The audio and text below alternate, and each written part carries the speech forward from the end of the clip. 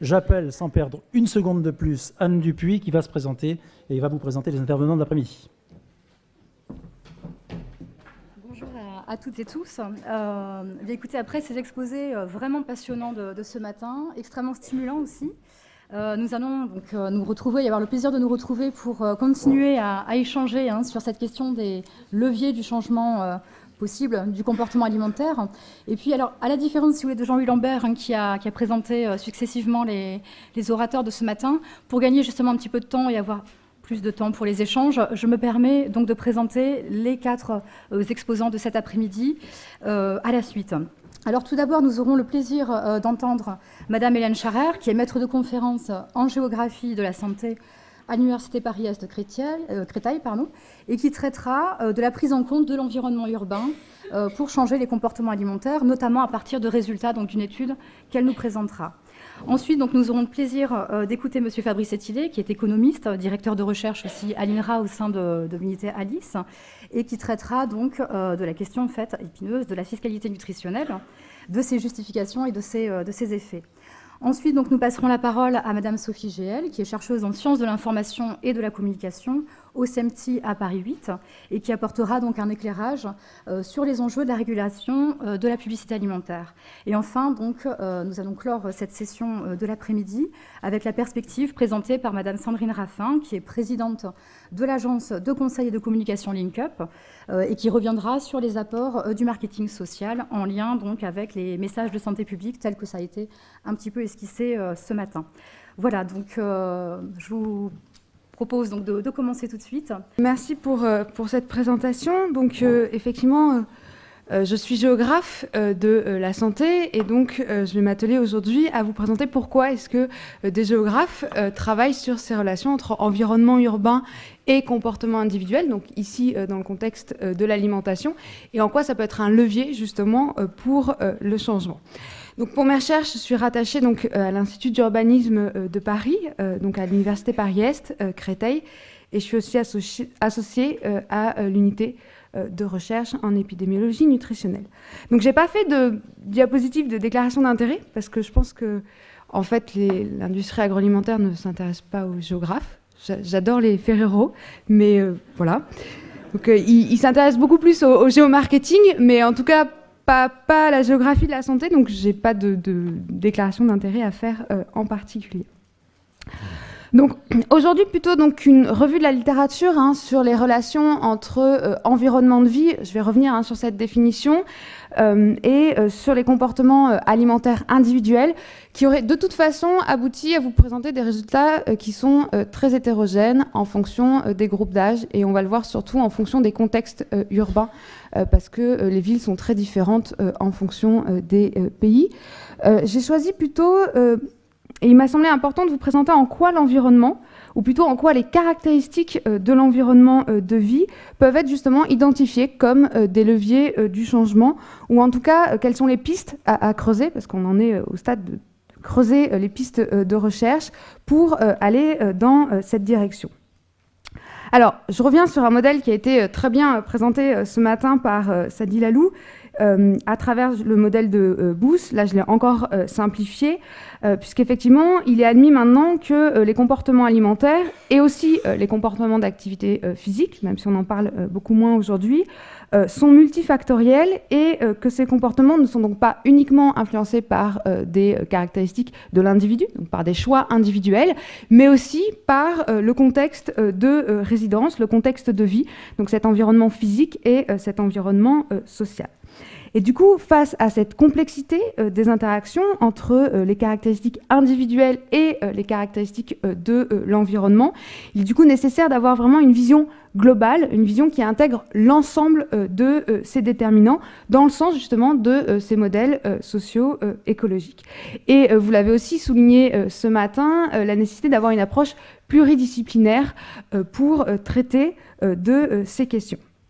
Alors dès lors, s'interroger sur l'impact de ces caractéristiques environnementales, physiques, sociales, et mieux connaître justement les interactions entre les caractéristiques individuelles et les caractéristiques des comportements alimentaires, constituent donc des leviers, on va le voir, pour améliorer justement la connaissance de ce processus de changement des comportements.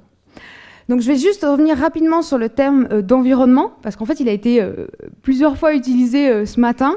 Il est largement employé, il est un peu comme une boîte noire dans laquelle on retrouve beaucoup d'éléments. Là je vais le définir plus dans le contexte de la dimension nutrition, où l'environnement, ou en tout cas les géographes s'intéressent à ces questions de l'environnement. Il y a énormément de composantes, des composantes de l'environnement physique et des composantes de l'environnement social. Par exemple, on va regarder comment les morphologies urbaines, le design de la ville peut influencer certains comportements, que ce soit les comportements alimentaires ou les comportements d'activité physique. On va aussi regarder la densité, la connectivité des rues et des modes de transport, justement pour avoir accès à une certaine offre et donc ces mobilités au sein de la population et au sein des espaces urbains. On va aussi regarder la localisation de ces restaurants, l'accessibilité, la disponibilité des restaurants, des commerces alimentaires, que ce soit les supermarchés, les fast-foods, les hard discounts ou encore les supérettes. Et donc on analyse comment l'accessibilité, comment les représentations de cette offre alimentaire peuvent influencer les comportements individuels, c'est ce qui vous est représenté ici, et donc à long terme la santé. Alors, la très grande majorité des études dans la littérature internationale portent vraiment sur cette question accessibilité-disponibilité dans des villes nord-américaines ou australiennes. Et vous savez très bien que la morphologie urbaine de ces villes américaines, nord-américaines et australiennes n'ont rien à voir avec ce qu'on peut observer dans les villes européennes et encore moins dans les villes françaises. Vous avez là, par exemple, représenté l'étalement urbain de la ville d'Atlanta, l'espace bâti, et à la même échelle, la ville de Barcelone, ces deux villes comptant à peu près le même nombre d'habitants. Donc on se doute bien que les questions en termes de mobilité, et donc en termes d'accessibilité, par exemple à l'offre alimentaire, ne va pas être la même dans ces deux villes. Et donc ça nécessite des études qui sont faites à des échelles et dans des villes différentes. Donc je vais revenir sur un concept clé notamment pour les géographes, qui est le concept de l'accessibilité et notamment de l'accessibilité spatiale. Et il est nécessaire de s'interroger sur ce concept et sur les différentes mesures associées à ce concept, des mesures qui peuvent être objectives ou subjectives. Donc, en termes de mesures objectives, les géographes s'appuient notamment sur des outils développés en géographie, qui sont les systèmes d'information géographique, qui, en associant plusieurs couches d'informations spatialisées, permettent, par exemple, de localiser les supermarchés, mais aussi d'associer le réseau de transport, et puis de géolocaliser, par exemple, des individus sur le territoire. Et de là, en découlent des mesures somme toute assez simple, où on estime la distance ou le temps d'accès à un supermarché le plus proche. Alors, si j'arrive à retrouver le petit pointeur, par exemple ici, et à comprendre comment ça marche, vous avez ici, par exemple, représente géolocaliser un individu, et puis l'offre alimentaire ici qui peut être des supermarchés, des boulangeries, des marchés. Et donc on arrive à calculer par la route la distance à ce supermarché qui est a priori ici le plus proche. On arrive aussi à estimer, par exemple dans un rayon de 500 mètres, quelle est la disponibilité de cette offre, quelle exposition a un individu à l'offre alimentaire et quelle est l'offre alimentaire dont il dispose. Ce qu'on arrive un peu moins à savoir pour l'instant, et ça fait partie des enjeux méthodologiques sur lesquels je vais revenir, c'est où. Et encore une fois, c'est la question des géographes, c'est où vont exactement les gens pour recourir à l'offre alimentaire, c'est dans quel supermarché, dans quel restaurant, dans quel fast-food, avec précision. Là, sur ce modèle, on arrive à estimer une exposition, mais on n'est pas sûr que les gens ont vraiment recours à cette offre alimentaire. Et puis alors, on a aussi des outils pour évaluer une distance subjective, parce qu'on sait très bien que proximité ne rime pas forcément avec accessibilité, et donc on va aussi demander aux gens quelle est leur distance perçue à ces équipements, et là par exemple à travers des questionnaires où on peut évaluer cette distance perçue, cette distance subjective à une offre, que ce soit des restaurants ou des supermarchés par exemple. Alors, Ici, par exemple, dans une étude menée dans la ville de Détroit, où la question « Avez-vous un supermarché accessible à pied depuis votre domicile ?» a été posée, les auteurs montrent que lorsque la distance a été évaluée par cette question, et que les personnes qui ont déclaré avoir un supermarché accessible à pied depuis leur domicile avaient une consommation de fruits et légumes plus importante que les personnes qui ont déclaré ne pas avoir un supermarché accessible à pied. Et quand ils ont regardé avec l'accessibilité spatiale, là, évaluée par des modèles objectifs, donc par exemple par les systèmes d'information géographique, il n'y avait pas de relation qui apparaissait. Donc on voit bien qu'il y a plusieurs formes de distance, plusieurs formes d'accessibilité. Alors, il faut savoir aussi que dans la littérature américaine, les supermarchés sont utilisés comme proxy d'une alimentation saine, ce qui n'est pas forcément le cas en France. Et c'est là aussi qu'on a besoin d'augmenter le nombre d'études, ou en tout cas de faire des études dans le contexte européen. Donc, par exemple, en France, il y a des travaux qui ont été menés dans le cadre d'une étude pluridisciplinaire qui était coordonnée par le professeur Jean-Michel Aupert. Vous voyez qu'on associe un grand nombre d'équipes de recherche dans différentes disciplines, donc des chercheurs en nutrition, comme donc, le professeur Jean-Michel Aupert ou encore le professeur Chantal Simon à Lyon, des socio-épidémiologistes, des sociologues et aussi des géographes. Et au sein de cette étude, l'objectif était justement d'analyser les liens entre activité physique, nutrition et environnement chez des adultes et des adolescents français. Donc je ne vous présente pas l'ensemble des résultats, je vais revenir sur cette étude où on a regardé les relations entre surpoids des collégiens dans le département du Bas-Rhin et accessibilité spatiale au commerce alimentaire. Et en fait, on observe que lorsque l'accessibilité spatiale au commerce alimentaire est moyenne ou élevée, celle-ci n'influe pas le risque de surpoids pour les enfants. Par contre, et c'est là que c'est intéressant, c'est que lorsque cette accessibilité est faible, voire nulle, là par contre on observe un impact sur le surpoids, mais uniquement chez les enfants dont les parents sont de catégorie de CSP de type ouvrier, donc ici qu'on pourrait résumer en CSP- par rapport à des enfants qui sont issus de catégories de CSP+. Donc on voit une action différente de l'accessibilité en fonction du niveau d'accessibilité, mais aussi en fonction des niveaux socio-économiques.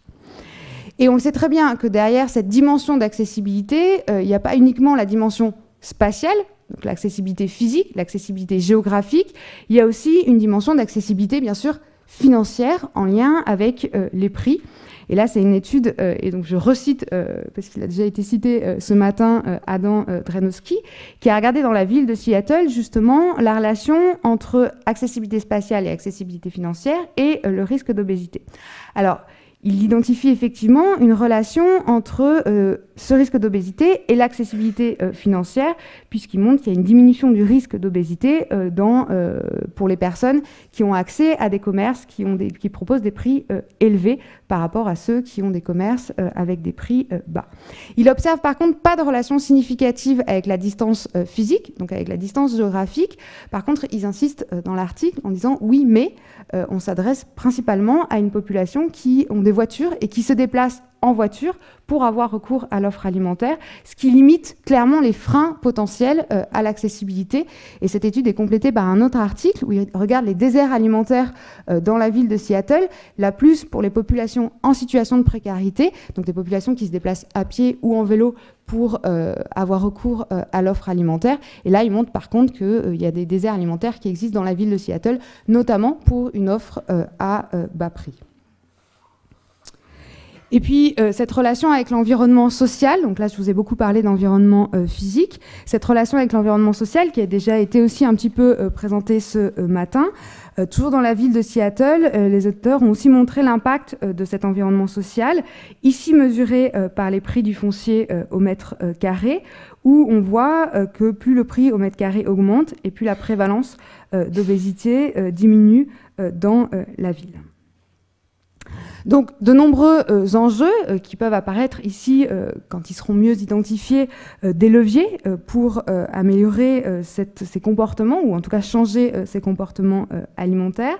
De nombreux enjeux dans le domaine de ces relations entre environnement et comportement alimentaire, et dans différentes dimensions. Alors, des enjeux en termes de méthode et de mesures. On l'a vu, la nécessité de combiner des mesures objectives et des mesures subjectives de l'accessibilité, notamment au travers de ces distances mesurées ou perçues. Mais aussi des interrogations sur l'utilisation de nouvelles méthodes, alors pas forcément nouvelles pour les géographes, mais nouvelles dans ce contexte-là, notamment l'utilisation de GPS, de capteurs GPS, que vous avez maintenant tous dans vos smartphones, et sur laquelle je vais revenir pour mieux mesurer justement ces données objectives. Alors, un des objectifs aujourd'hui est justement de mieux mesurer et de mieux comprendre l'exposition à l'environnement alimentaire, donc soit autour de son lieu de résidence, mais aussi dans d'autres lieux qui peuvent composer nos espaces d'activité au quotidien. On n'est pas tout le temps autour de son lieu de résidence, on ne fait pas tout le temps les courses uniquement autour de son lieu de résidence, on fait aussi par exemple des courses autour de son lieu de travail. Et par exemple, dans l'étude qu'a menée Adam Drenowski, il montre bien que seule une personne sur 7 a recours à l'offre alimentaire la plus proche. Or, la majorité des études internationales, et donc des résultats dont on dispose pour l'instant, se basent justement sur une définition de l'environnement alimentaire pratiquement uniquement autour du lieu de résidence. Et donc, il est maintenant nécessaire de compléter avec les autres lieux de vie. Et surtout, ça se base aussi pratiquement uniquement sur une estimation des zones d'accès en traçant des cercles concentriques. Je vous en ai tracé un là par exemple bleu autour d'un lieu de résidence en disant bah voilà, dans un rayon de 500 mètres autour de son lieu de résidence, cet individu est exposé à telle et telle offre alimentaire. Or, on se doute bien que, et notamment les géographes, on se doute bien que les gens ne pratiquent pas leur quartier ou n'ont pas les pratiques spatiales qui correspondent forcément à ce cercle concentrique et qu'il va falloir mieux définir les pratiques spatiales et mieux définir l'exposition à cet environnement alimentaire. Donc il y a par exemple l'utilisation des GPS. Alors ces capteurs GPS sont déjà de plus en plus utilisés dans les études sur l'activité physique, notamment pour évaluer l'activité physique de transport, donc la marche et le vélo. On équipe de plus en plus de sujets avec ces capteurs GPS combinés avec des accéléromètres et ça nous permet d'avoir des mesures objectives.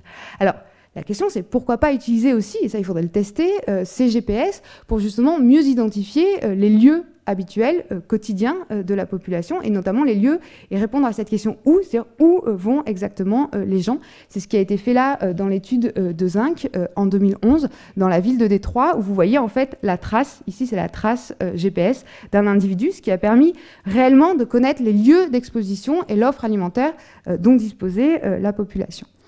Autre chose, c'est donc de mieux définir le quartier de vie.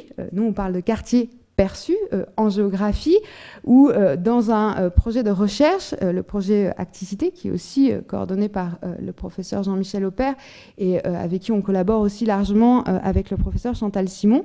On a développé des outils pour mieux évaluer justement ce quartier perçu, et les gens en fait dessinent les contours de ce qu'ils appellent leur quartier pour qu'on connaisse exactement où ils vont et quelle offre alimentaire ils peuvent avoir à disposition. Et ça fait vraiment partie des enjeux méthodologiques forts sur lesquels on s'interroge aujourd'hui, parce que pour pouvoir identifier d'éventuels leviers, il faut mieux définir ces environnements de vie.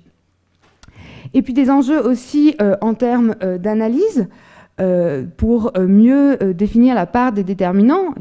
On a déjà eu une liste importante depuis ce matin. J'en rajoute encore une couche cet après-midi avec les environnements de vie. Et donc favoriser des études longitudinales et des expériences en vie réelle. Alors l'enjeu, donc, c'est de mieux définir justement le poids de ces différents facteurs. On l'a vu aussi tout à l'heure dans l'exemple des enfants dans le Bas-Rhin.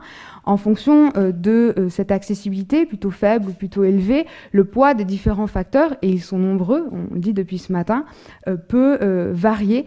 Et du coup, il faut encore étudier le poids de ces différents facteurs en fonction, par exemple, des niveaux d'accessibilité.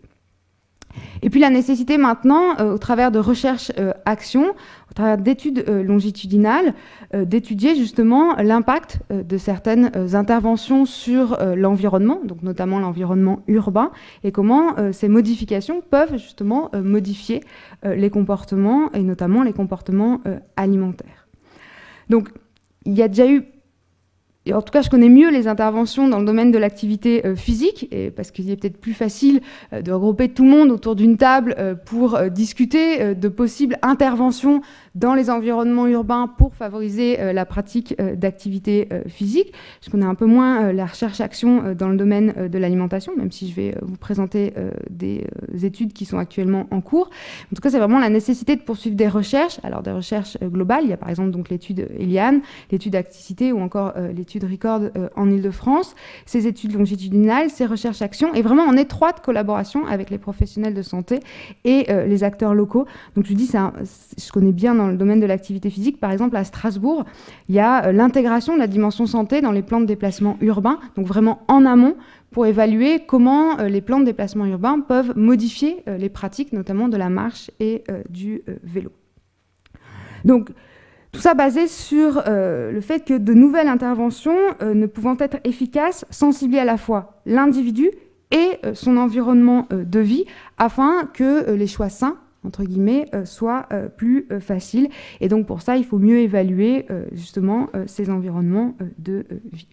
Donc un exemple, par exemple, de recherche, action, évaluation, c'est un travail qui est actuellement en cours, donc à Marseille. C'est ce projet OptiCourse, donc qui est dirigé par Nicole Darmon et en très étroite collaboration avec des membres de l'unité Nord, qui s'adresse à des populations en situation de précarité. Donc on a commencé à en discuter un petit peu ce matin, où il y a une action sur la demande, donc à l'échelle individuelle, à travers des ateliers collectifs qui s'appuient sur des tickets de caisse et sur des listes d'aliments de bon rapport qualité nutritionnelle, et puis aussi une action sur l'offre, donc une action sur les deux volets, et l'individu et l'offre, avec des interventions dans des supermarchés de proximité, dans des quartiers en situation de précarité, dans la ville de Marseille. À une autre échelle, une recherche-action et bien sûr évaluation des comportements et de possibles modifications des comportements, qui est menée par l'équipe des géographes de la Queen Mary University à Londres. Donc c'est dirigé par Stephen Cummins. Vous le savez, Londres a accueilli les Jeux Olympiques, donc ça a entraîné beaucoup de modifications dans certains quartiers, puisqu'il y a des quartiers qui ont été complètement modifiés en raison des Jeux Olympiques, et ils ont profité des Jeux Olympiques pour évaluer les comportements alimentaires et les comportements d'activité physique chez des collégiens avant l'installation des installations liées aux Jeux Olympiques, et puis ils vont évaluer maintenant après pour voir comment ces modifications urbaines ont impacté les modifications en termes de comportement et alimentaire et d'activité physique.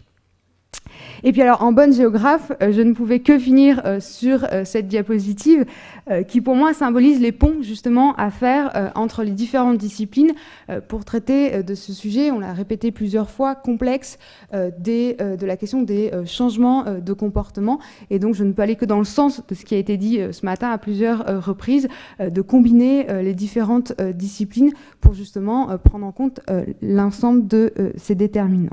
Voilà, je vous remercie pour votre attention. Et je laisse la parole. Bonjour, je vais vous parler de la fiscalité nutritionnelle, de ses justifications et de ses effets. Alors bien entendu, comme la fiscalité nutritionnelle, on va voir, elle n'a pas vraiment été encore mise en œuvre en France. Pour les effets, je vais rester plutôt dans le domaine de l'hypothétique, j'ai quelques résultats quand même. Je vais surtout parler des justifications. Pourquoi je vais me concentrer sur les justifications? Parce que c'est un sujet qui émerge de manière quasiment rituelle maintenant depuis 6-7 ans, enfin surtout depuis la crise de 2008 en fait, on se demande pourquoi, et qui émerge au moment de la discussion, des discussions du projet de loi de financement de la sécurité sociale et des projets de loi de finances, au moment où il s'agit de trouver des sous. Et à ce moment-là, donc on a des taxes comme ça qui sont sorties, la taxe soda, alors elles sont affublées de petits noms, taxe Nutella, taxe Red Bull, taxe Cronenbourg. Là, je viens d'apprendre qu'on a renoncé à la taxe Cronenbourg parce que les légionnaires menaçaient de descendre dans la rue. Et tout ça, ça donne lieu à des fascinants jeux d'acteurs entre l'industrie, le ministère de la Santé, le ministère de l'Agriculture, etc. Donc, Voilà. Oui, ça j'ai oublié, c'est mes liens d'intérêt, j'en ai aucun, donc voilà. Alors comme je suis économiste, j'ai mis un ensemble vide, c'est pour montrer que je suis très sérieux et que j'aime bien les équations. Bref, on a un ensemble de dispositifs très divers en France, mais aussi à l'international. Alors à l'international, qu'est-ce qu'on observe? J'ai pris 4 exemples. Aux États-Unis, on a des taxes sur les boissons sucrées et les boissons à sucre ajouté dans 23 États. Et dans 10 États en plus, il y a d'autres taxes sur les chips, les snacks, etc. Ces taxes ont un taux qui représente 1 à 8% du prix de vente. Au Danemark, il y a eu une taxe qui a été mise en œuvre en octobre 2011, qui a été supprimée à l'automne 2012, sur tous les produits qui contiennent plus de 2,3% de graisse saturée. C'était une taxe de 2,15 € par kilogramme de graisse saturée. Alors, pour un certain nombre de produits, c'est pas énorme. Imaginez pour le beurre ce que ça peut faire. Là, ça va être énorme. En Hongrie, il y a tout un tas de taxes. Alors là, il y a des seuils qui sont variables selon les types de produits. Des fois, on cible le sucre, le sel, la graisse, les caféines, etc. C'est très, très compliqué. Et puis en France, on a la taxe soda qui a été mise en œuvre, qui est entrée en vigueur en janvier 2012 sur les boissons à sucre ajouté ou édulcorant, qui est une taxe de 7 centimes d'euros par litre. Voilà. Donc on a des dispositifs très divers avec des bases fiscales très variables, des taux très variables. Et donc tout ça, ça donne vraiment une impression de fouillis. C'est-à-dire qu'on a l'impression, surtout dans le cas français, que ce sont des taxes qui ont été adoptées un peu dans la précipitation parce qu'il s'agissait de boucler un budget, ce qui est en partie le cas. Mais d'un autre côté, voilà, on entend des arguments plutôt comportementaux du type les taxes vont faire bouger les prix et ça va faire évoluer les comportements de consommation. Donc on va essayer, ma présentation elle va être axée sur la cohérence de la fiscalité nutritionnelle. Est-ce que c'est un outil qu'on peut utiliser en politique publique? Et là je vais me placer du point de vue du régulateur, hein, pas de l'industriel ni du consommateur, mais vraiment du régulateur. Alors, quelle cohérence je peux apporter à un dispositif de fiscalité nutritionnelle et sur quoi va se fonder cette cohérence. Et pour ça, il y a 2 questions à laquelle il faut répondre. La première question, c'est une question positive, ce qu'on appelle positive en économie, c'est la question des effets. Hein, quels sont les effets de ces divers dispositifs? Et donc ça, c'est les réactions comportementales des consommateurs et des entreprises, sur lesquelles on a quelques informations, mais pas tant que ça. Et puis surtout, ce sur quoi je vais insister aujourd'hui, c'est les objectifs que doivent viser le dispositif. Et donc ça, c'est la question des justifications normatives. Voilà. Alors sur les justifications normatives, ce qui est traditionnellement en économie, les économistes standards ou néoclassiques de l'école de Chicago partent d'une hypothèse qui est, on fait la promotion d'une hypothèse à partir des années 70, qui est celle de l'homo economicus, donc le consommateur est parfaitement rationnel. Donc il perçoit parfaitement l'ensemble des attributs caractérisant un produit ou une expérience de consommation, et il anticipe parfaitement les conséquences de toutes ces options de choix en termes de santé et d'habitude de consommation notamment. Okay, donc je me mets à consommer beaucoup de hamburgers quand je suis à l'adolescence ou quand je suis étudiant, etc. J'anticipe parfaitement qu'à l'âge de 30 ans, je vais avoir développé un goût pour le sucre, le gras, etc., qui va me faire aussi aller vers ce type de produit. Donc, sous ces hypothèses, c'est vraiment un premier ensemble d'hypothèses, la taxe, elle n'est pas complètement bannie, mise de côté, elle doit juste couvrir les externalités générées par les choix des consommateurs. C'est une taxe ad valorem ou des assises, et on les calibre selon un principe pollueur-payeur. Alors la pollution, ça va être quoi ici? Ça va être par exemple le surcoût médical, alors du surpoids risque, là c'est tiré d'une publication dans la presse médicale où les auteurs avaient estimé que les individus ayant un indice de masse corporelle supérieur ou égal à 27 par rapport aux individus de corpulence normale coûtaient, en termes de dépenses de santé, environ 648 € par an supplémentaires. Et puis la taxe, elle doit être la moins distorsive possible, c'est-à-dire qu'elle doit affecter au minimum les choix des consommateurs et des entreprises.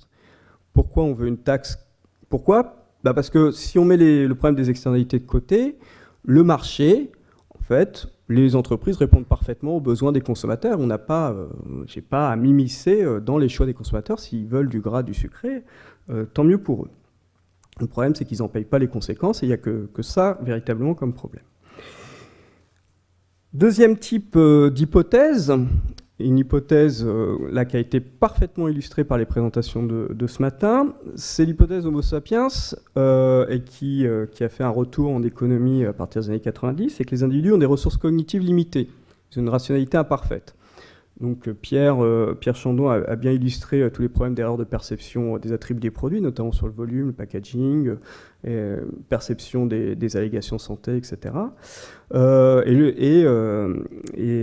Eric a aussi montré voilà, qu'on avait recours à des heuristiques de choix, des routines, etc. Donc bref, on fait des erreurs systématiques d'anticipation et de choix, et des erreurs systématiques. Alors un point sur lequel je vais insister, c'est aussi qu'on anticipe très mal les conséquences de nos choix en matière de santé ou de formation d'habitude. On a du mal à se projeter dans l'avenir. Il y a des biais de projection. On a tendance à être trop optimiste sur les conséquences de nos excès alimentaires, par exemple, présents sur notre état de santé dans 10 ou 15 ans. Voilà.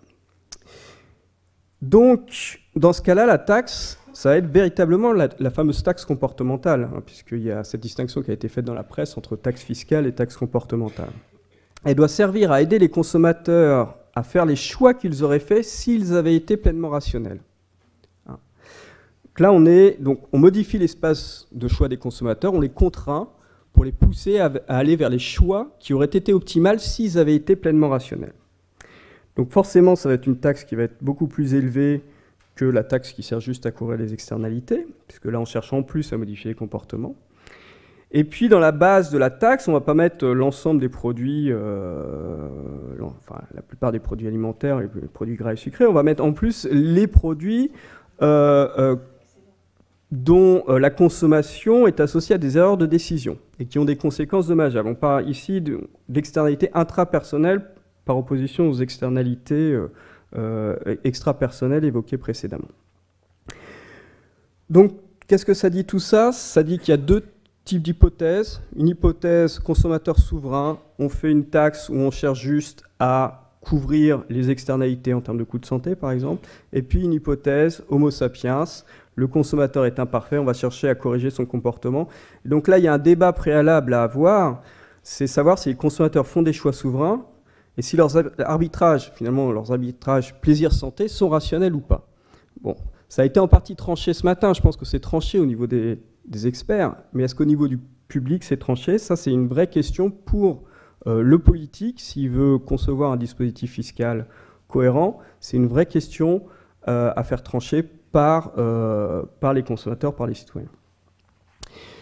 Alors, chacune de ces deux options politiques présente des difficultés. L'hypothèse Homo economicus, elle présente des difficultés parce qu'on a une grosse incertitude sur le montant des externalités. Les excès alimentaires des uns, c'est les profits des autres. Typiquement, c'est les travails des troisièmes, et souvent les troisièmes, les salariés, c'est aussi ceux qui font des excès alimentaires. Donc, bon. Il y a d'un autre côté des problèmes de santé, on sait les valoriser en termes de coûts médicaux, mais on sait beaucoup moins les valoriser en termes de perte de bien-être. Hein, le coût actualisé de problèmes cardiaques quand je vais avoir 50 ou 55 ans parce que j'aime un peu trop le vin, par exemple, ça, je sais pas trop le calculer, et ça peut être difficile à intégrer dans le calcul économique. Ensuite, il y a un problème récurrent. Taxe, ça doit être non distorsif, taux faible sur base large. Bon, à quel produit on va imputer? Qu'est-ce qu'on va mettre dans cette base? On va mettre les fruits et légumes, ça paraîtrait complètement absurde. Donc on va compter sur les profils nutritionnels, mais les profils nutritionnels, ils ne prennent pas en compte les emplois. Donc là, il y a un peu un problème pratique qui se pose. Il y a un deuxième problème, je ne sais pas si c'est exactement là que j'aurais dû l'évoquer, mais l'exemple danois, il est assez intéressant parce qu'au Danemark, en fait, on taxait toutes les graisses saturées, qu'elles soient d'origine naturelle ou ajoutées. Du coup, le petit producteur de charcuterie, il devait aller faire analyser son saucisson pour voir s'il était en dessous, enfin bon, lui il était au-dessus du seuil, donc ça, normalement si c'est de la bonne charcuterie c'est un peu gras, mais voilà, ça générait des coûts, hein. Et donc on serait plutôt incliné à exclure les aliments traditionnels ayant naturellement un mauvais profil. En plus c'est des aliments en France qui sont générateurs d'emplois. Donc finalement, on va se retrouver avec une base de taxation qui ne va pas être si large que ça, puisqu'elle va juste inclure les aliments produits ailleurs ayant un mauvais profil nutritionnel. En fait, on tombe sur la taxe soda ou la taxe Nutella. Hein. Ah oui, je voulais juste faire une parenthèse. Ça, c'est un slide que connaissent ceux qui connaissent les présentations de Pierre.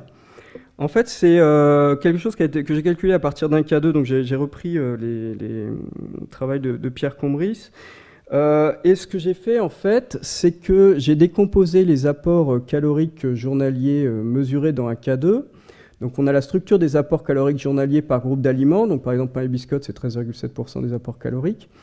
Et puis, j'ai comparé la structure des apports caloriques des personnes qui ont un IMC supérieur ou égal à 27 par rapport à celles qui ont un indice de corpulence normal.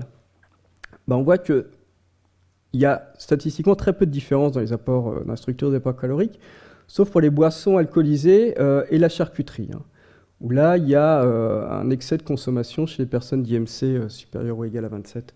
C'est juste pour illustrer le fait que, voilà, on a une base, on met les aliments qui sont produits ailleurs, mais ce n'est pas forcément à ces aliments-là, hein, la charcuterie, boissons alcoolisées, c'est des aliments très traditionnels, et la consommation de ces aliments-là semble poser problème.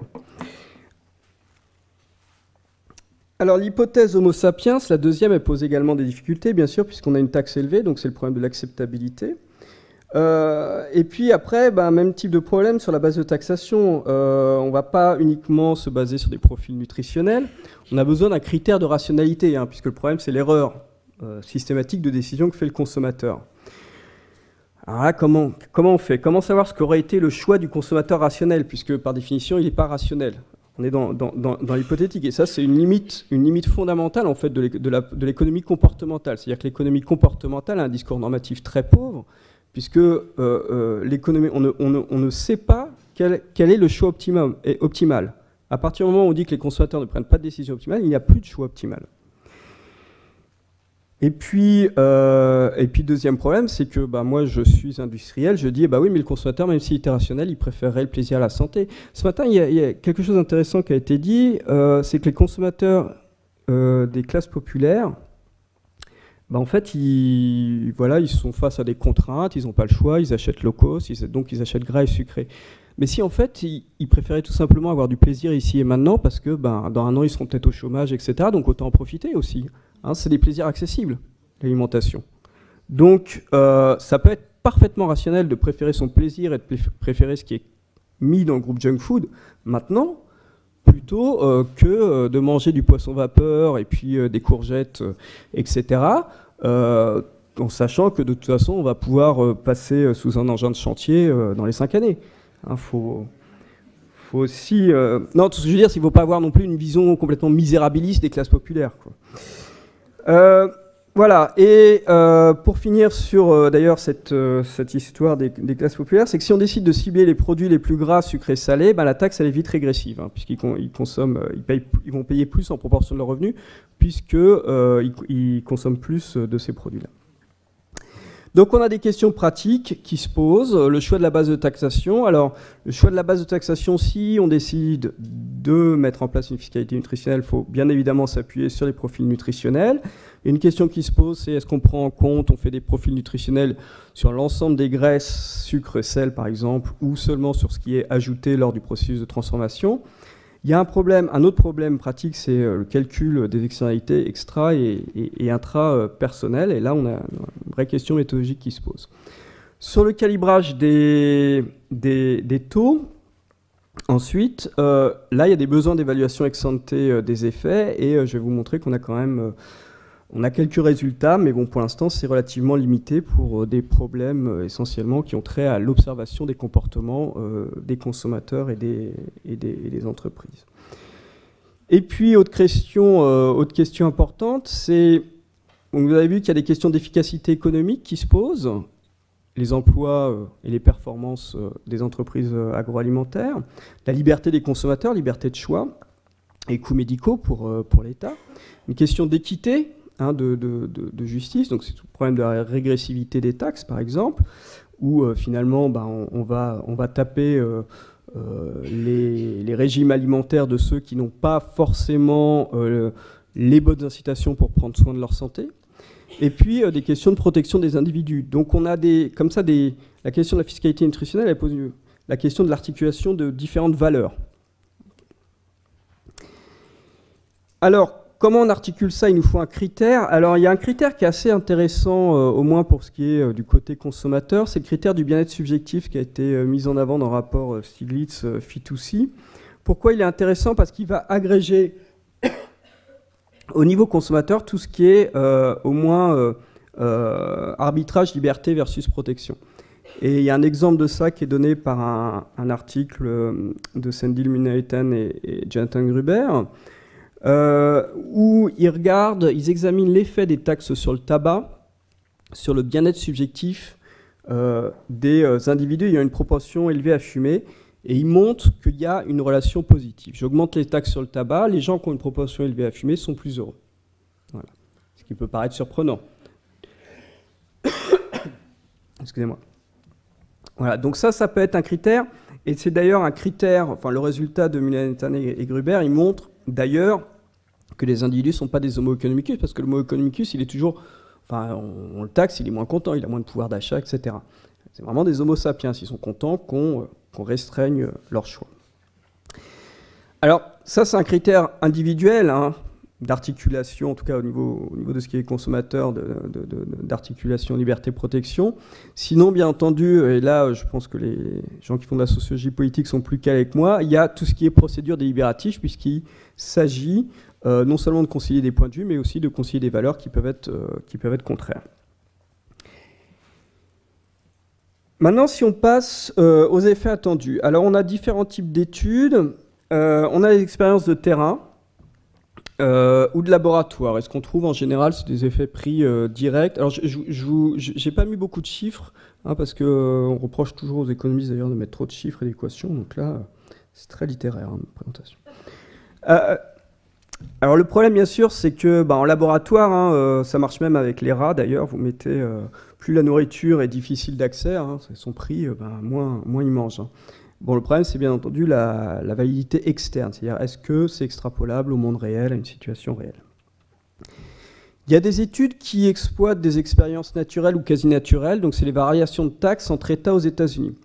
Alors on trouve des effets assez faibles, bon, d'abord parce qu'il y a une faible puissance statistique, parce que le montant des taxes, hein, vous avez vu, c'est entre 1 et 8% du prix de vente, donc c'est relativement faible. Il y a relativement peu d'États, finalement, la variation. Puis en plus, on s'appuie sur les variations entre États, et on peut se douter que les États dans lesquels les taxes sont les plus élevées sont aussi les États dans lesquels les gens sont le moins gênés par les taxes, donc sont peut-être les plus minces. Donc, par exemple, ou consomment le moins de soda. Donc, vous voyez qu'il y a un peu des facteurs confondants comme ça. Le problème également de l'exploitation d'expériences naturelles ou quasi naturelles, c'est qu'on observe un effet global sans savoir s'il est dû à des comportements de substitution des consommateurs qui vont aller substituer vers d'autres catégories de produits. Par exemple, je passe des BRSA, des boissons rafraîchissantes, aux alcools, ou s'ils vont descendre en gamme. Hein, je passe du Coca ou du Pepsi à une marque distributeur. Et puis, l'effet global de la taxe, il va dépendre aussi de la manière dont les entreprises réagissent.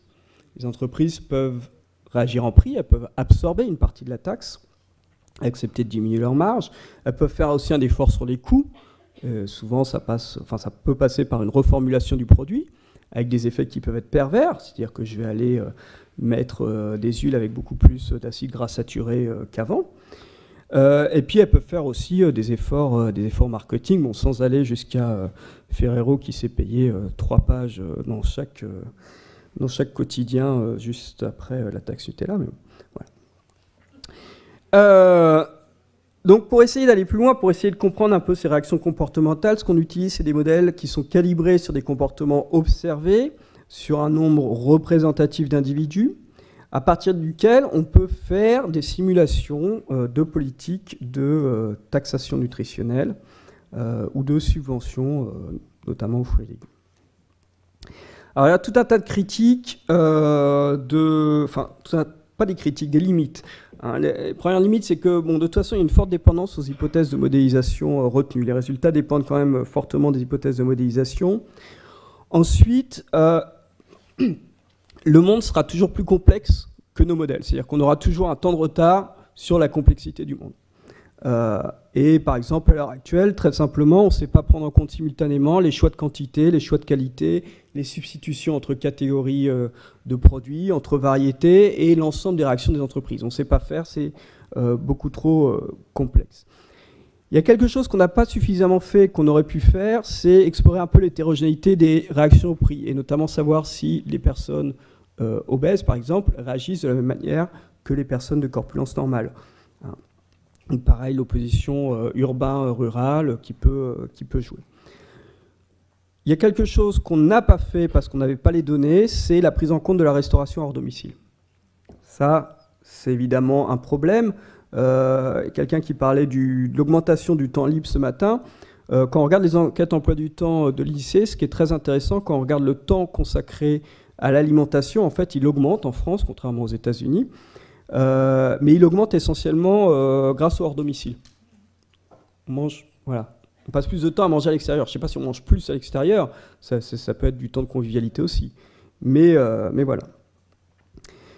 Et dans tous les cas, dans la plupart des modèles, on a des difficultés à prendre en compte les effets de long terme sur les habitudes de consommation et sur la santé. Et ça, c'est un point clé, parce qu'on peut avoir des petites variations sur le court terme, mais qui font boule de neige. Hein, parce qu'on change progressivement ses habitudes et au bout d'un moment, on a les préférences pour le gras, pour le sucré, pour le salé qui changent. C'est par exemple le principe de la réduction du sel dans les produits alimentaires. C'est ça, c'est qu'il faut faire cette désescalade dont parlait Pierre Combry ce matin, il faut la faire progressivement et progressivement, les goûts s'adaptent. Donc une fiscalité nutritionnelle bien faite, elle peut avoir des petits effets à court terme, mais sur le long terme, elle peut contribuer à un changement d'habitude alimentaire. Alors, ce slide affreux montre quoi? Il montre quoi? En gros, la méthodologie, elle est relativement simple. On observe des prix alimentaires, on observe des apports alimentaires, des consommations. Ce qu'on va estimer sur des bases de données, c'est des élasticités des prix. Et puis après, on en déduit, voilà, si on a une variation de prix, on a une variation de consommation, et avec des tables de conversion nutritionnelle, on convertit ça en variation d'apport nutritionnel. Et puis, si par derrière, on a des modèles épidémiologiques, on peut convertir ça en nombre de vies sauvées, en nombre de calis sauvés, etc. Donc ça, c'est le principe général de la plupart des études. Je vais vous présenter juste des résultats pour les deux études françaises publiées. Donc la première étude, c'est celle de mon collègue Olivier Allais, avec Patrice Bertaille et Véronique Nichel, donc à Nice, publiée dans l'American Journal of Agricultural Economics. Ils utilisent les données TNS Kantar de 2005. Et ce qui est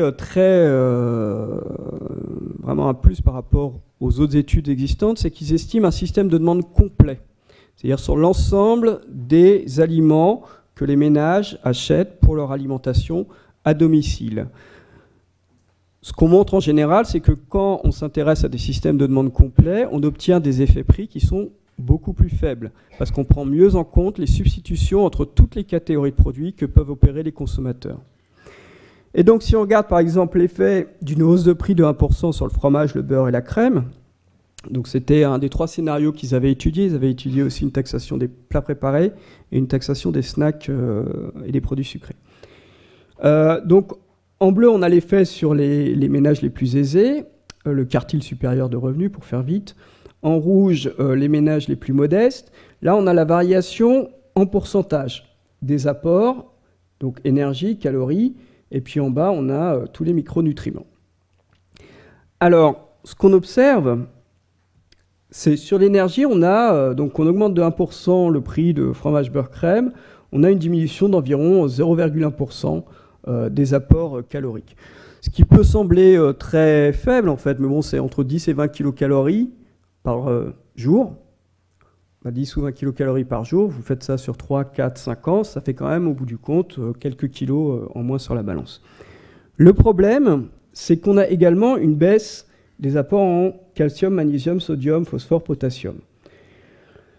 Alors, c'est pareil, c'est une baisse qui peut être négligeable, Et puis là, ça dépend, cette baisse, elle peut être dommageable pour certaines catégories de la population, pas pour d'autres.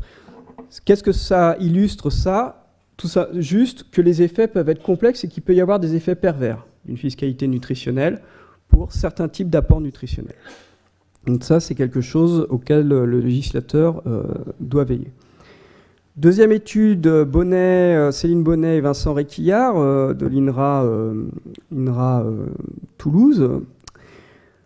Sur les données TNS Kantar 2003-2005, ce qu'ils étudient, eux, ce qu'ils modélisent, c'est le marché des boissons rafraîchissantes. Et ils étudient le choix entre variétés de boissons rafraîchissantes. Ils n'étudient pas la quantité consommée, uniquement le choix entre variétés. Et notamment entre variétés à sucre ajouté et variétés avec édulcorant. Et ils ont une option externe, c'est-à-dire que quand les gens choisissent pas des boissons, des sodas à sucre ajouté ou à édulcorant, ils vont automatiquement consommer des jus de fruits. Donc c'est ce qu'ils appellent l'option extérieure. Et ils ont un scénario qui est le passage à la TVA à 19,6% sur l'ensemble des soft drinks non allégés. Je précise, c'est une étude qui a été faite avant la taxe soda. C'est pour ça que c'est pas exactement le scénario de la taxe. Mais ce qui est intéressant ici, c'est que ce qu'on obtient, c'est un léger report des individus, alors une forte baisse de la consommation de produits de soft drinks à sucre ajouté réguliers.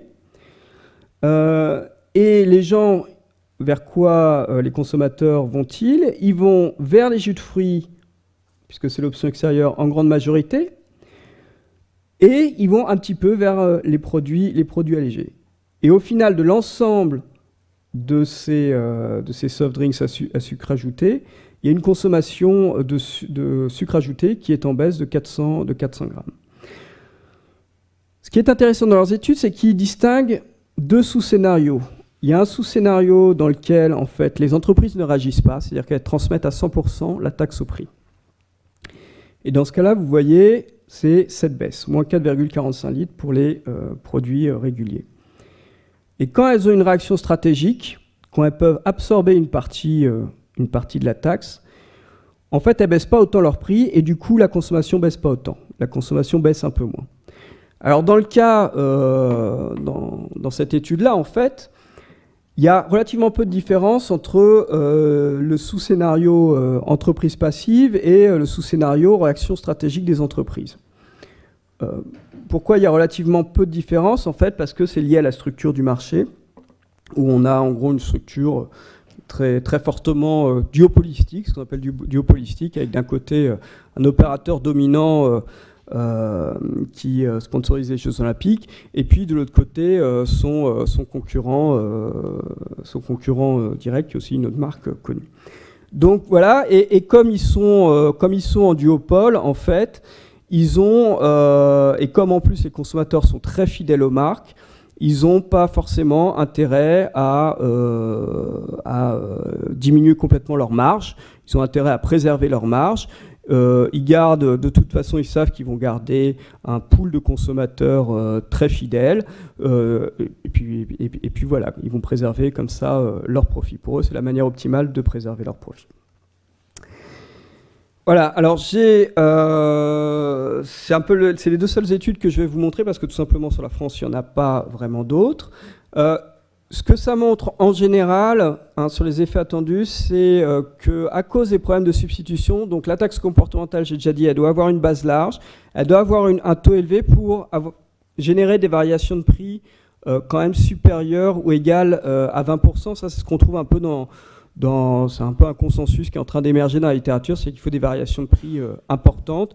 Et là, ça pose tout le problème de l'acceptabilité politique. On revient aux questions normatives que j'ai déjà évoquées. Deuxième point, c'est que les réactions des firmes sont très mal documentées, parce que nous, chercheurs, on n'a pas accès tout simplement à des données sur leur stratégie. Et ces réactions, elles vont dépendre des spécificités de chaque marché. Et donc, si on veut faire un espèce de calibrage d'une taxe optimale, ça va être très difficile. Donc, du point de vue du régulateur, il va y avoir un compromis nécessaire à faire entre simplicité et optimalité pour ne pas construire des usines à gaz non plus. Donc voilà, question en termes de démarche. Première question à résoudre, celle de la souveraineté du consommateur. qui donne naissance à deux types de dispositifs un peu différents. Puis la deuxième série de questions plus pratiques, celle du choix de la base. Il faut se fonder sur les profils nutritionnels. Question des graisses, sucres et sel ajoutés, qui serait probablement plus simple en fait, de fonder une fiscalité nutritionnelle sur ce qui est ajouté, parce que ça, les entreprises le documentent déjà via leurs documents comptables, etc. Enfin bon, il y a déjà la base administrative pour aller mettre une fiscalité là-dessus. Il faut privilégier un nombre réduit de taux. Et il y a la question primordiale du calibrage. Alors le calibrage, il se fait à partir du calcul des externalités extra- et intrapersonnelles. Et puis, il doit prendre en compte les autres critères que j'ai évoqués, équité, efficacité économique, etc. Alors, ce qui est important, je crois, de retenir aussi, c'est que la fiscalité nutritionnelle, ce n'est pas l'arme magique, telle qu'elle est souvent présentée par le ministère de la Santé, ou peut-être qu'au ministère de la Santé, ils ont un peu tendance, je trouve, à croire que ça va être l'arme magique qui va résoudre les problèmes. La fiscalité nutritionnelle doit être pensée comme un élément d'une politique d'alimentation et de santé plus générale. Et là, il y a quelques pistes qui permettent aussi de résoudre ce problème de l'articulation des différents critères que j'ai évoqués plus tôt. J'ai presque fini, je vais finir là-dessus. Premièrement, si on admet l'hypothèse Homo sapiens, alors le problème, ce n'est pas tellement les comportements des individus, puisque les individus, ils sont, ce qu'on nous a expliqué ce matin, c'est qu'ils sont en cerveau 1 ou système 1 ou cerveau reptilien ou je ne sais pas quoi. Bon, bref, mais ils ne réfléchissent pas. Ils sont en acte d'achat automatique. Donc, ce qu'il faut cibler, c'est l'environnement alimentaire. Donc, si on fait une régulation de l'ensemble des dispositifs marchands qui peuvent biaiser la prise de décision, on n'a plus à prendre en compte le critère des externalités intrapersonnelles dans la construction du dispositif fiscal. Ça, on le laisse à d'autres mesures, une régulation de l'architecture des choix, comme ça a été dit ce matin, les nudges, etc. Deuxièmement, le problème de l'efficacité économique. Ça, c'est la question du couplage entre les politiques de santé et les politiques agricoles et industrielles. On peut très bien imaginer effectivement une fiscalité nutritionnelle, mais en contrepartie, si on veut faire une politique industrielle un peu innovante, et apparemment le ministre de l'Agriculture semble vouloir prendre cette direction, en contrepartie, on fait de l'allègement de charges aux acteurs de l'offre qu'on veut favoriser. Donc ça va être des allègements de charges, par exemple, aux entreprises agricoles en fonction de leur effort de reconversion agroécologique, puisque apparemment Stéphane Le Foll a donné une interview au Journal du Dimanche ce week-end où il disait vouloir favoriser ce type de pratiques agricoles. L'avantage, c'est qu'on augmente la diversité amont. Et comme vous savez, il y a un des problèmes de l'offre alimentaire et de la surcharge en graisse, en sucre et en sel de l'offre alimentaire. Il est lié en partie à l'homogénéisation amont des cultures agricoles. Plus on a de diversité en amont, plus il y a de probabilité pour qu'en aval, on ait moins à utiliser de la graisse, du sucre et du sel pour donner du goût.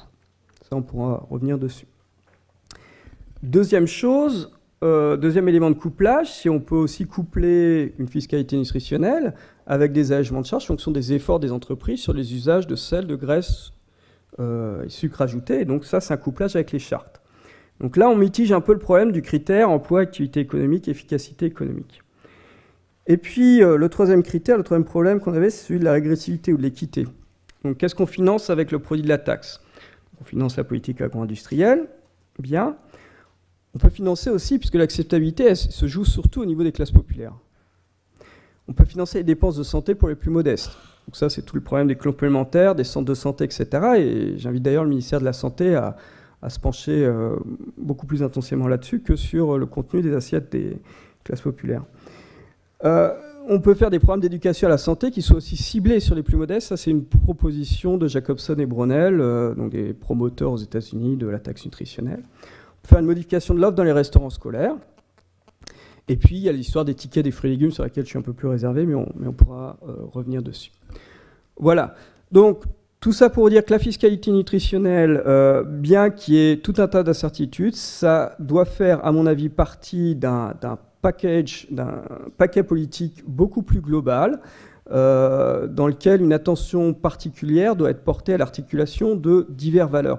Et équité,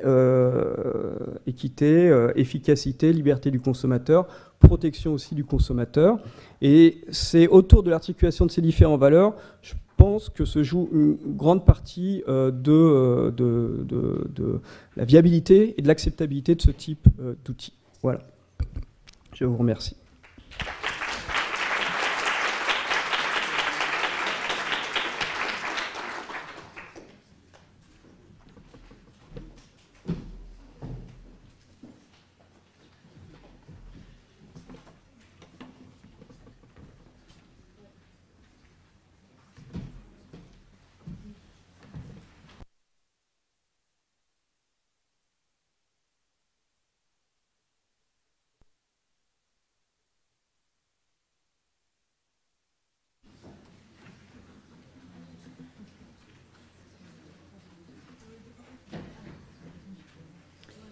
Bonjour, je vais vous présenter un point de vue un peu différent, qui est un point de vue Donc, je suis spécialiste des médias, et les disciplines auxquelles je me référerai sont essentiellement la sociologie et aussi le droit. La sociologie en rapport avec le droit, puisque je voudrais aborder avec vous la question de la régulation de la publicité alimentaire, sachant que ça fait partie des problématiques que vous avez envisagées depuis ce matin, c'est-à-dire s'il y a un acteur qui ne cesse de penser à la question des changements des comportements alimentaires, ce sont bien les annonceurs.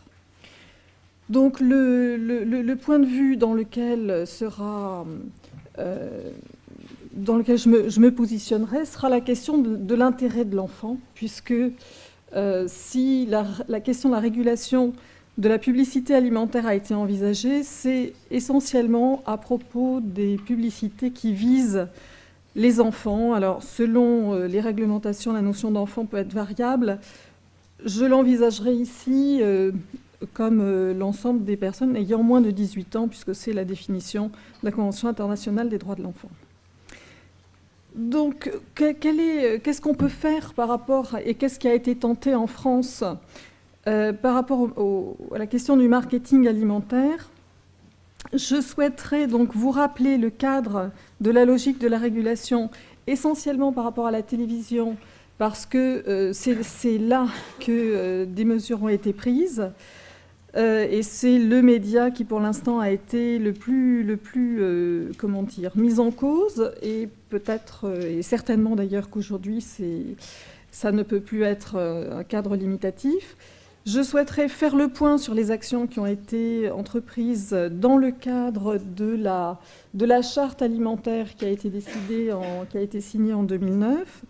Et je voudrais, donc c'est un peu ça fait partie aussi de la problématique que je souhaite aborder avec vous, c'est confronter ces décisions, ce cadre de régulation qui a été pris pour la France par rapport aux dernières recommandations de l'OMS qui vise la question du marketing alimentaire pour les enfants et qui sont postérieures à 2009, puisqu'elles datent de 2010. Alors, je vais rappeler, puisque j'ai intitulé mon intervention « Les enjeux de la régulation de la publicité alimentaire », je commencerai par faire 2 points extérieurs, mais évidemment tout à fait déterminants pour ce que notre intervenant précédent appelait les motivations de la régulation. En l'occurrence, c'est parce que la publicité alimentaire représente un enjeu de santé publique, et d'autre part parce que la publicité alimentaire représente aussi un enjeu économique important. Et je voudrais donc vous rappeler quelques-uns des éléments dont on dispose dans ce domaine. Alors, la réflexion du ministère de la Santé par rapport à la mise en cause de la publicité alimentaire ne date pas d'hier, en fait. Elle est présente dès les années 2000 pour aboutir à une loi, la loi que vous connaissez tous, la loi de 2004, qui a imposé aux messages publicitaires des petits messages sanitaires pour toute la promotion, tout le marketing des produits utilisant du gras, du sucre et du sel. Cette loi a été, n'a pas fait l'objet d'un consensus au moment où elle a été décidée, c'est le moins qu'on puisse dire.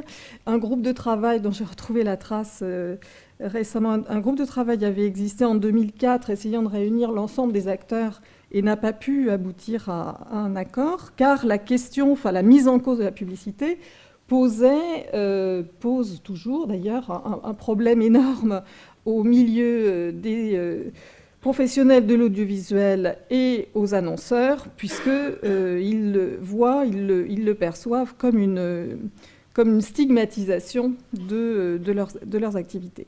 Donc on voit que l'arrêté de mise en place de la loi a pris 3 ans, donc c'est quand même relativement long, l'arrêté du 27 février 2007, qui est l'arrêté qui a indiqué, qui a décidé le contenu de ces messages sanitaires et qui l'a imposé donc, à l'ensemble des messages de publicité alimentaire.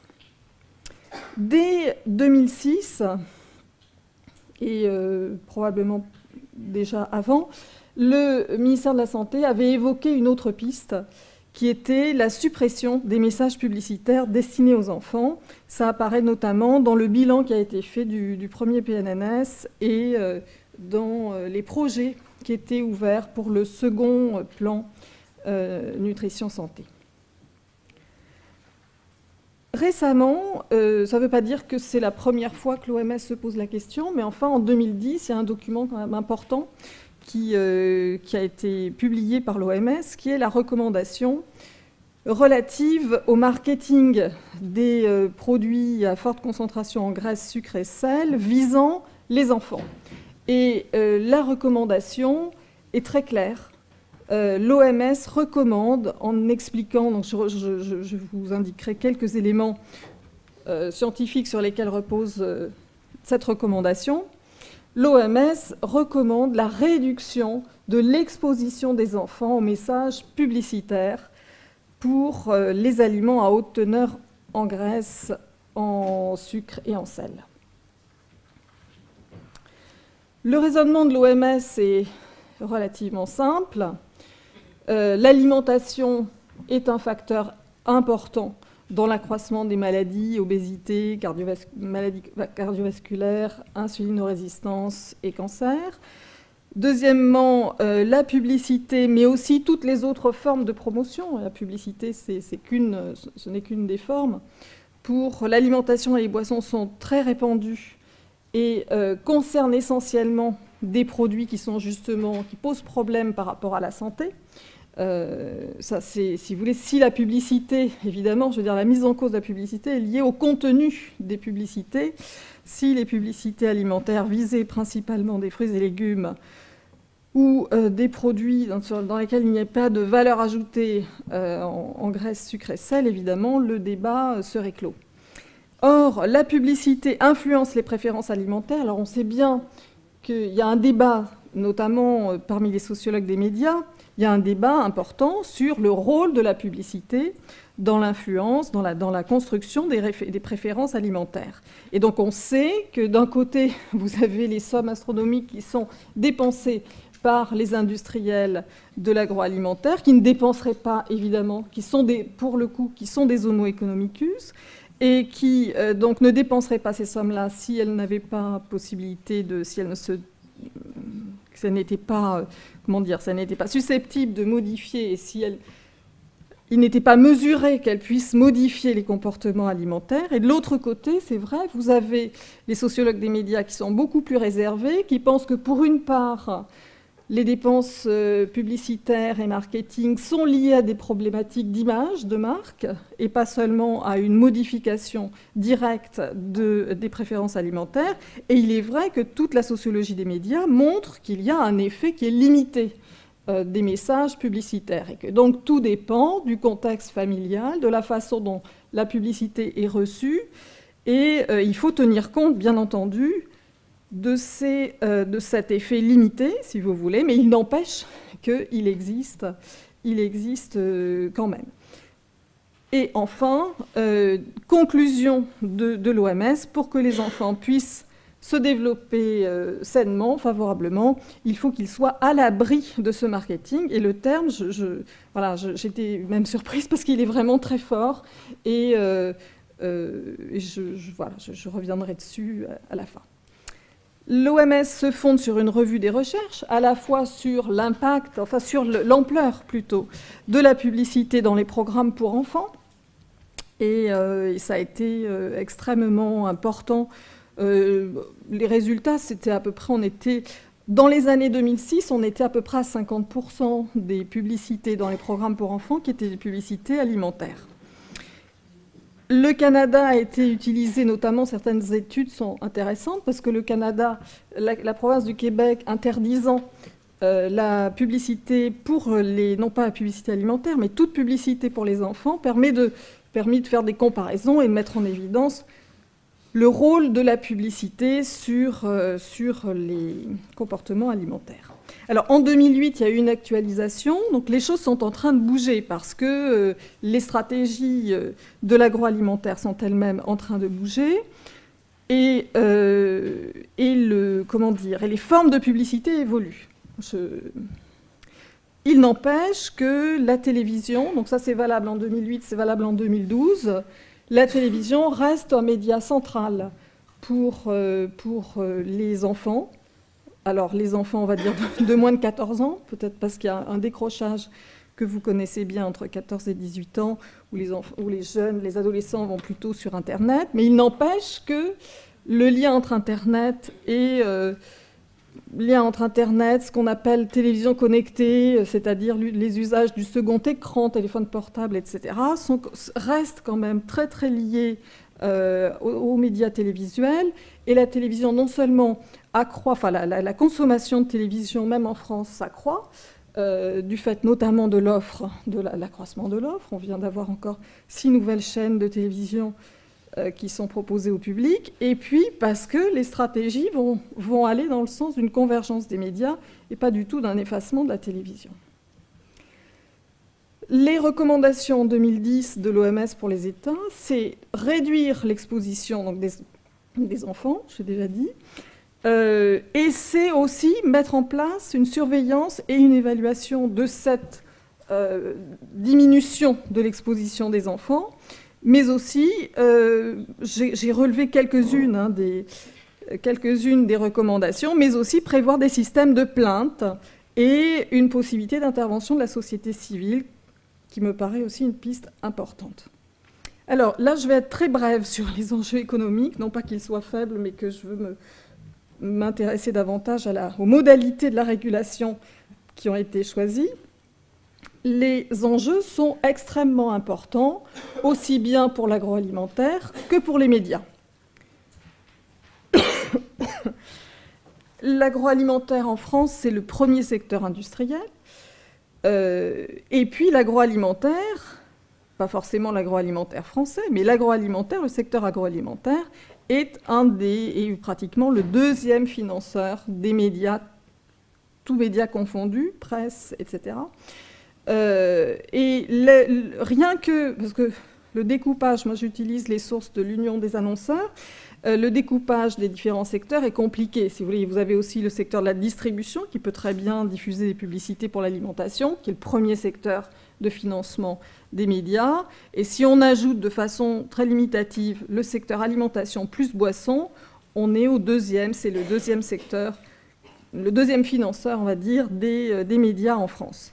Il représente à peu près 11% de l'investissement publicitaire. En 2008-2009, quand on a évalué le poids du secteur agroalimentaire dans le financement des chaînes de télévision, on était à 25%.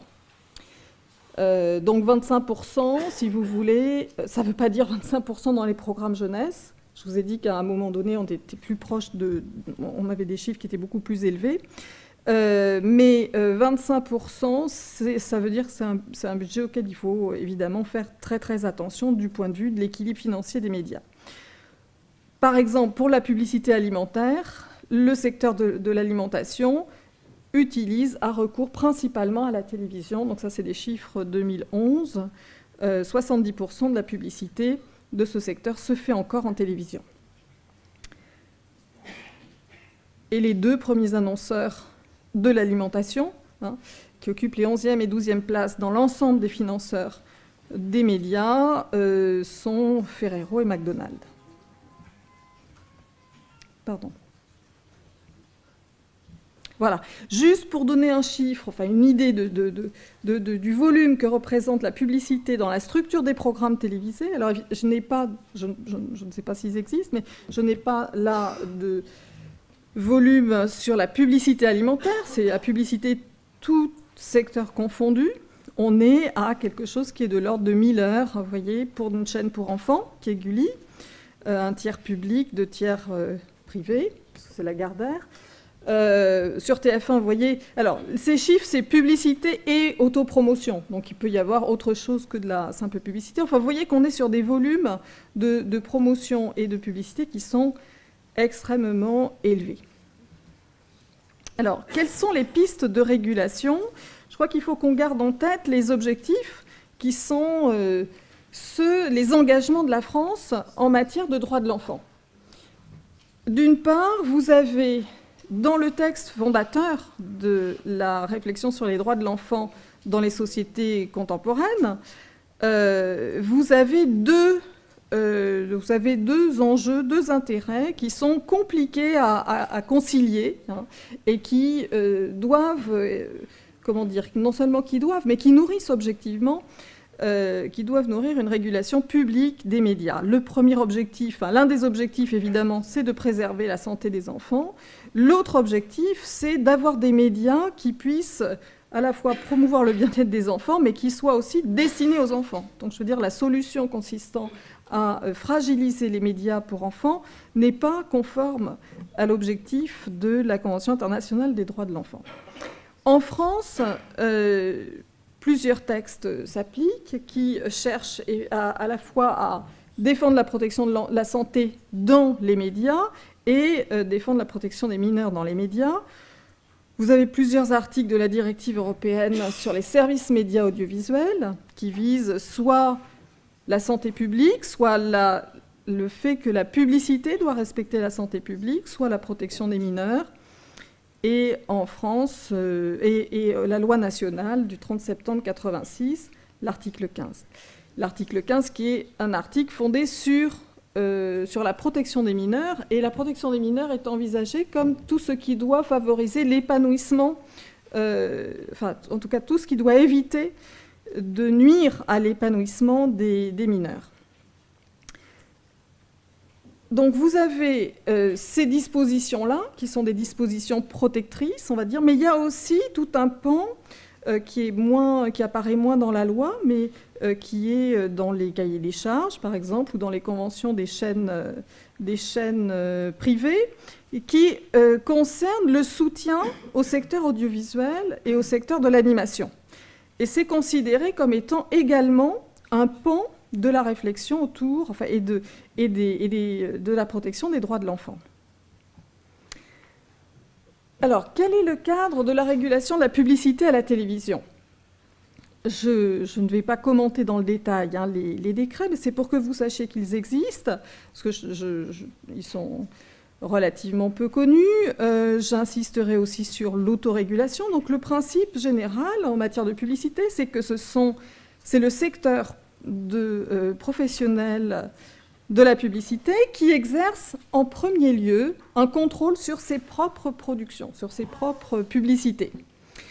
Le CSA, pour la télévision, alors par rapport aux autres médias, il n'y a pas forcément de contrôle a posteriori. Dans le domaine de la télévision, il existe un contrôle a posteriori, qui est celui du CSA, et le CSA va se fonder non pas sur les chartes déontologiques qui sont celles du autrefois BVP, maintenant Autorité de régulation des professionnels de la publicité, donc ARPP.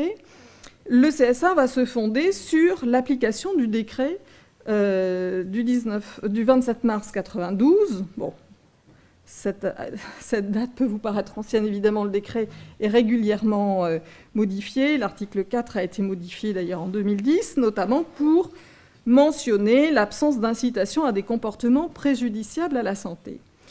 Et puis, il y a un article aussi qui veille à la protection des mineurs dans la publicité, puisque la publicité ne doit pas inciter les mineurs à l'achat d'un produit ou d'un service exploitant notamment leur inexpérience ou leur incrédulité. La piste de la suppression de la publicité alimentaire dans les programmes jeunesse, elle a été et elle reste défendue par la Suède, puisque en Suède, la publicité est totalement interdite pour les moins de 12 ans. C'est une piste qui est également expérimentée depuis longtemps par le Québec, qui interdit aussi la publicité pour les plus jeunes. Et la Grande-Bretagne, qui a des problèmes d'épidémie d'obésité importants, s'y est ralliée à partir de 2006 et à partir de 2008 a étendu l'interdiction à tous les programmes destinés aux moins de 16 ans. Alors, est-ce que cette piste-là peut être, ralliée par des pays qui sont quand même connus pour leur grand libéralisme en matière économique? Est-ce que cette piste-là est souhaitable et est-ce que la France a eu tort de la mettre de côté? Les raisons pour lesquelles... Donc, la première raison, je vous en ai parlé tout à l'heure, c'était la crainte des professionnels de l'audiovisuel et de la publicité de voir dénigrer leur activité professionnelle. Et ils ont été très opposés et, vous pourrez dire, assez efficaces, puisque, effectivement, ce n'est pas la piste qui a été retenue. L'un des enjeux, c'était la mise en danger des budgets des programmes jeunesse, c'est-à-dire diminuer brutalement les ressources publicitaires des chaînes jeunesse et des programmes jeunesse risquaient de diminuer leur budget. Et donc, de poser le problème soit de ressources publiques compensatoires, ce qui était imaginable, en tout cas avant 2008. Aujourd'hui, malheureusement, c'est plus d'actualité. Quoique.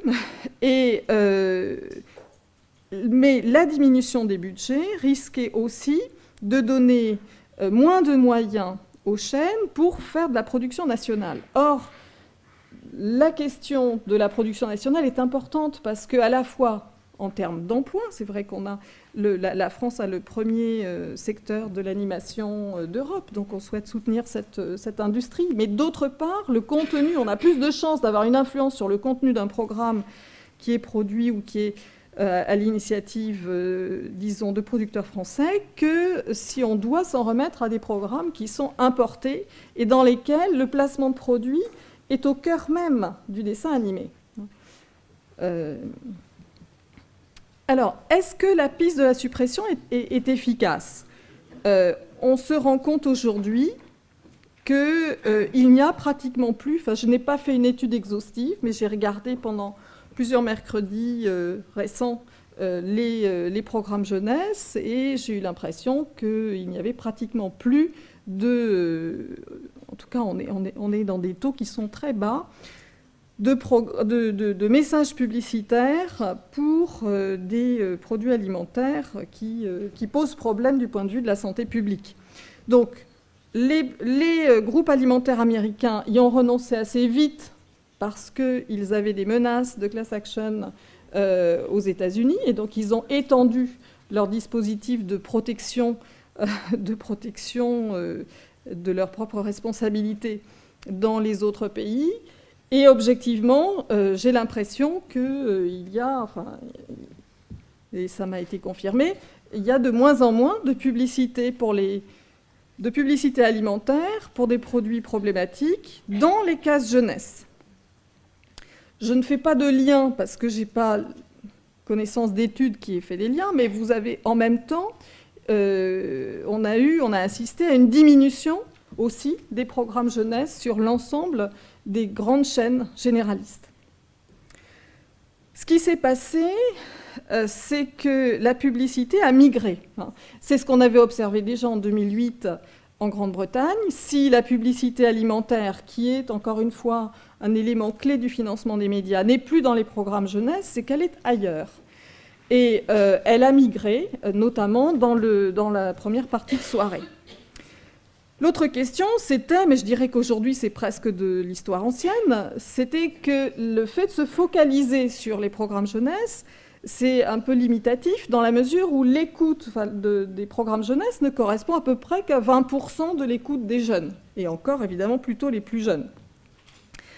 L'audience, quand on regarde les courbes d'audience, il y a 3 pics dans la journée qui ne correspondent pas au programme jeunesse. Et donc, pour l'industrie agroalimentaire, migrer dans les plages 17-22 heures dans lesquelles il n'y a plus aucun, à part sur les chaînes jeunesse, il n'y a plus aucun programme dit jeunesse, eh bien c'est gagné, en fait, ça peut être gagné en exposition auprès des enfants. L'autre chose, c'est que le fait de faire migrer la publicité alimentaire sur des plages de prime time, on va dire, on aurait pu penser, si vous voulez, il va y avoir un accompagnement parental et donc la publicité serait moins efficace.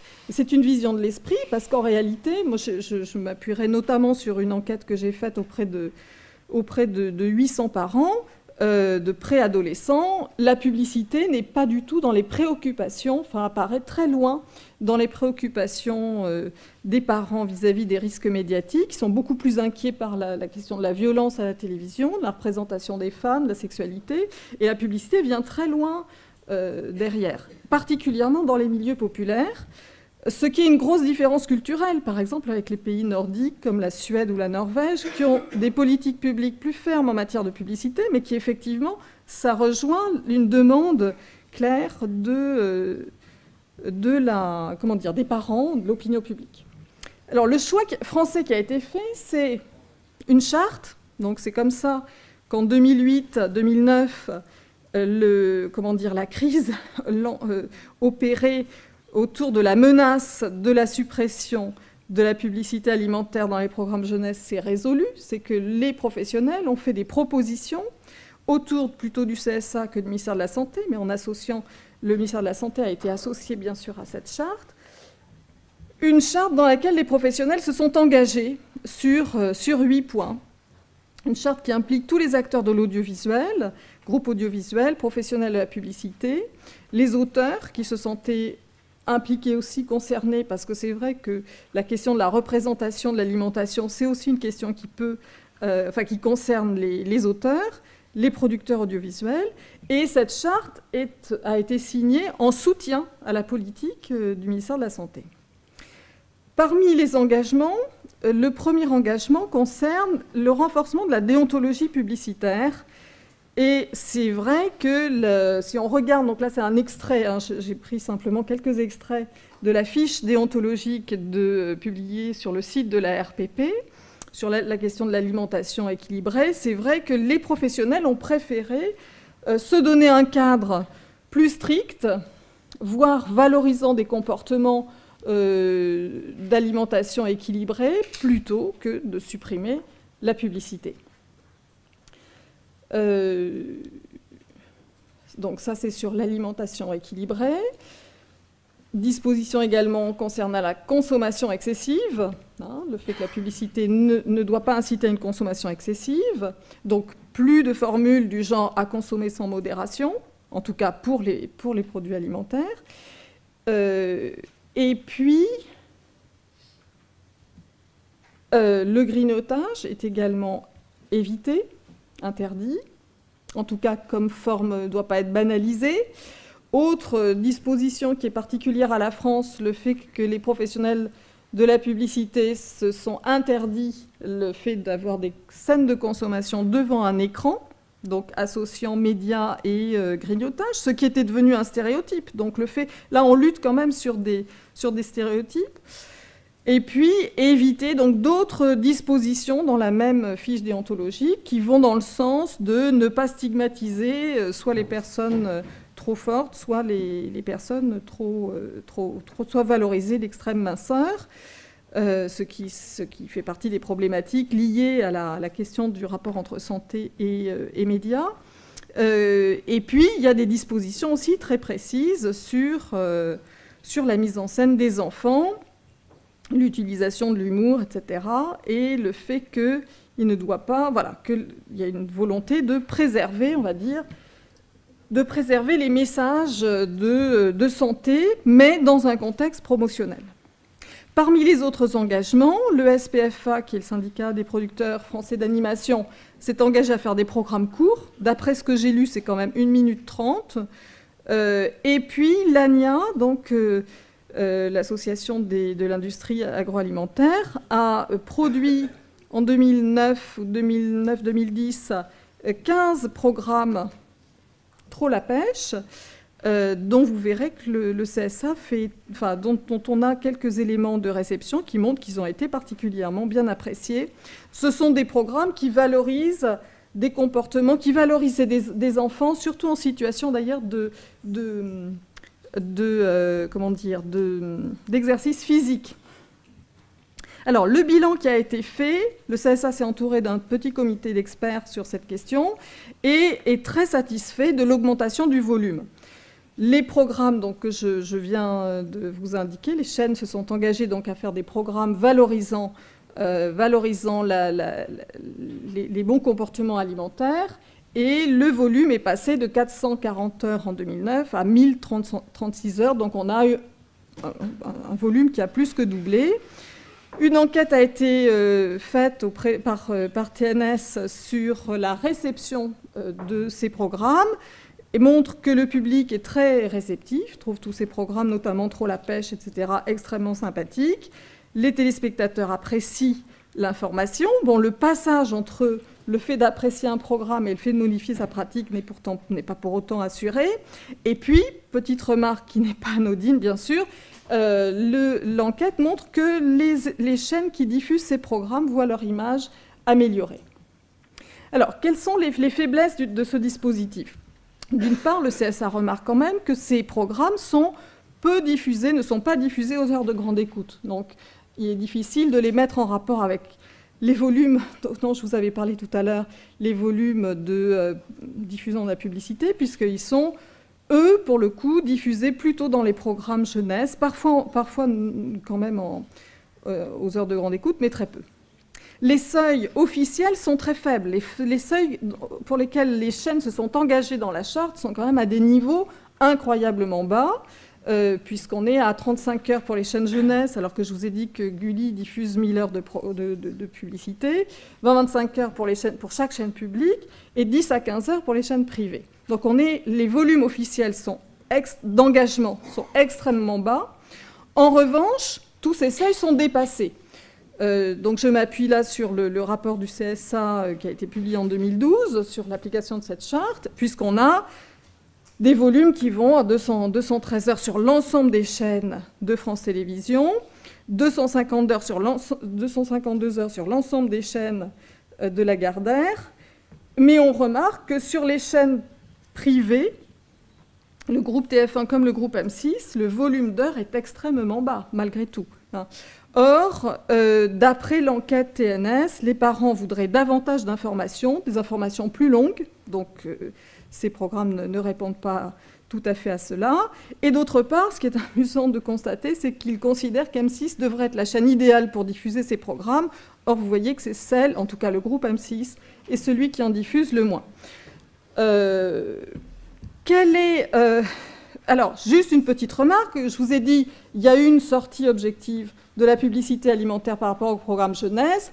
En revanche, je constate une multiplication des émissions de cuisine à la télévision et notamment des opérations de parrainage, par exemple, entre TF1 et Orangina ou Cornetto. Cornetto étant typiquement visé pouvant être considéré comme un des représentants de, puisqu'ils vendent des glaces, enfin c'est la promotion de glaces sucrées, donc. Et sur le site de TF1, on voit que le partenariat entre Secret Story, Orangina et Cornetto a été extrêmement productif pour ces deux entreprises ou ces deux marques. Et et donc il faudrait sans doute évaluer de façon un petit peu plus large, revenir à des objectifs un petit peu plus larges, puisque Secret Story fait partie des émissions qui sont extrêmement regardées par les moins de 15 ans. Évidemment, je ne dis pas ça pour stigmatiser ni TF1 ni ces marques, mais à titre simplement d'exemple. Pour aller plus loin, donc il faudrait aller plus loin dans l'évaluation. Je crois qu'on ne dispose pas en France d'outils permettant d'évaluer la pression publicitaire sur les 4-18 ans, contrairement à la recommandation qui est émise par l'OMS.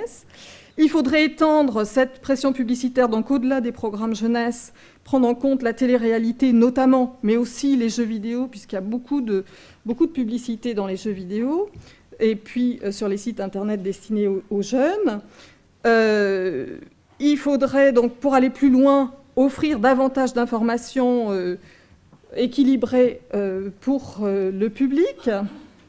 Je rappelle le rapport qui avait été fait notamment par Monique Dagneau en 2004, indiquant qu'il était nécessaire pour résoudre ces problèmes de publicité et de médias de développer une chaîne publique pour enfants sans publicité, ce qui n'a pas été le choix de la France pendant 10 ans. La nécessité d'ouvrir des formations pour les professionnels de l'audiovisuel, pour les sensibiliser un petit peu au-delà des 35 heures qu'ils doivent faire par an à la problématique de la santé et de la protection des mineurs. Et puis, je soulignerai la place encore faible de la société civile et des systèmes de plainte comme contre-pouvoir et comme élément important dans l'évaluation de ces politiques, sachant que l'ARPP met en place un dispositif de plainte, mais qui est encore extrêmement peu connu. Et donc, voilà, il faut à la fois que ces systèmes de plainte existent et puis que l'information sur ces systèmes existe. Donc là, j'ai juste fait une petite liste de mes engagements qui n'ont rien à voir avec l'industrie ni avec les médias.